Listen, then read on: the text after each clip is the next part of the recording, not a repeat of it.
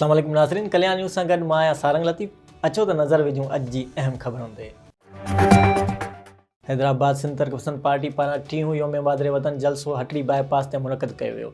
जलसे में पूरी सिंध मां काफ़िलनि जी सूरत में कारकुननि वॾे अंग में शिरकत कई। जलसे जी सदारत STP chairman doctor Qadir Magsi कई। जलसे में बलोच अॻवान अब्दुल हई बलोच, सीनियर सहाफ़ी हामिद मीर, अवामी तहरीक जो सरबराह अयाज़ लतीफ़ अली जो, अमीर आज़ाद पंवर, जाम अब्दुल फताह समेजो, हैदर शानी, गुलज़ार अहमद सूमरो, हैदर मला, आशिक सोलंगी ऐं ॿियनि अॻवाननि शिरकत कई।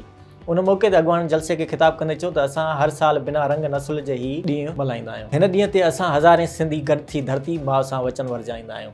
सिंध हिन वक़्तु महांगाई, बुख, बेरोज़गारी जे घेरे में वरितल आहे। सिंध खे हिन घेरे मां ॿाहिरि कढण लाइ सिंधी माण्हुनि खे जदोजहद में हिसो वठिणो पवंदो। सिंध जी नियाणियुनि जी तालीम में रंडकूं विझण लाइ अनासिर हर आए ॾींहुं तालीमी इदारनि में नियाणियुनि जा लाश ॾेई रहिया आहिनि।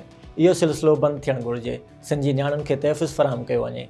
इन मौक़े ते STP chairman doctor Qadir Magsi योम मादिरे वतन 2022 जो सहाफ़त जो एवार्ड नामियार सहाफ़ी हामिद मीर खे ॾिनो। अब्दुल फताह समेजो हामिद मीर खे लुंगी जो तोहफ़ो पेश कयो। जलसेगाह में इल्मी, अदबी, तहक़ीक़ी किताबनि जा स्टॉल पिणु लॻाया विया। जलसे में क़ौमी रागी अहमद मुग़ल, दीवा सैर, बेदल मसरूर, जावेद फ़कीर ऐं ॿियनि क़ौमी गीत ॻाए माण्हुनि खे झूमण ते मजबूर करे छॾियो।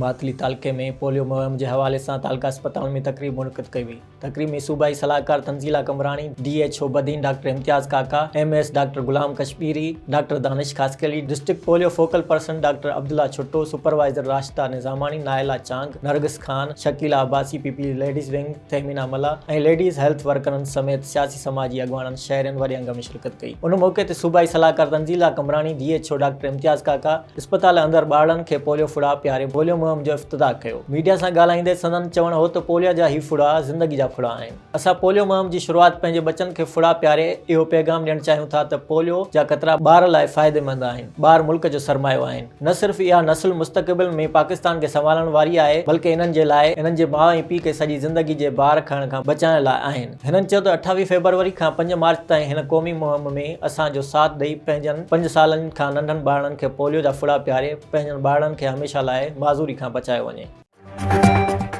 शाहपुर जानिया भरिसां कचेरो पुराणो जे कचे वारे इलाइक़े में देह खेरू देरो जे ॻोठाणनि फयाज़ बुगियो, फराज़ बुगियो, नूर नबी बुगियो ऐं ॿियनि पारां प्रेस क्लब अॻियां धरणो आयो वियो, जिते दाईंदे अॻवाननि चयो त तालके मोरो जी देह खेरू देरो में असांजी 2200 एकड़ ज़ाती सर्वे ज़मीन आहे, जेका असां अबन ॾालनि खां काहींदा पिया अचूं। 2017 में हुकूमती धुर जे बदमस्त SSP पारां असांजी ज़मीन ते कब्ज़ो कयो वियो। हिन पंहिंजे पुलिस जे उहिदे जो नाजाइज़ फ़ाइदो वठंदे असांजी ज़मीनुनि ते हथियारबंद माण्हू विहारे छॾिया आहिनि। हिननि चयो त ज़मीन बि असांजी ऐं दाबा दड़का ऐं मोतमार धमकियूं बि असांखे मिली रहियूं आहिनि। असांखे हिन मां जान जो ख़तरो आहे। ज़रई ज़मीन तां कब्ज़ो न हटण जी सूरत में असांजो को बि जानी नुक़सानु थियो त उन जो ज़िम्मेवार SSP ऐं नौशर फिरोज़ ज़िले इंतिज़ामिया हूंदी। मुतासिरनि PP अॻवान बिलावल भुट्टो, डिवीज़नल सदर Zia Hussain Lanjar, IG Sindh chief justice, IG Sindh chief justice supreme court, SSP Naushahro Feroze खां मुतालबो कयो आहे त फ़ौरन ज़मीन तां कब्ज़ो ख़तमु कराए असांखे तहफ़ुज़ ऐं इंसाफ़ फराहम कयो वञे। ॿी सूरत में 27 फरवरी लॉन्ग मार्च वारे ॾींहं ते नेशनल हाईवे ते धरणो हणंदासीं। गोलारची में अणएलानियल डिघी लोड शेडिंग खां बेज़ार शहरनि कराची बदीन रोड गोलारची जे शहीद फाज़िल राहू चौक ते धरणो हणी टायर साड़े रोड ब्लॉक करे छॾियो, जंहिं जे नतीजे में ट्रैफ़िक मुअतल थी वई। इन मौक़े ते शहरी इताद अॻवान रफ़ीक मेमन, गोलारची जे मिस्त्री एसोसिएशन अॻवान अब्दुल रहमान कंबो, अकबर जट ऐं ॿियनि ॻाल्हाईंदे चयो त 3 ॾींहंनि जे अंदरि जेकॾहिं अणएलानियल लोड शेडिंग ख़तमु न कई वई ऐं लाइट जी फ़राहमी मामूल ते न आंदी वई त एहतिजाज जो दाइरो वधाइण ते मजबूर थी वेंदासीं।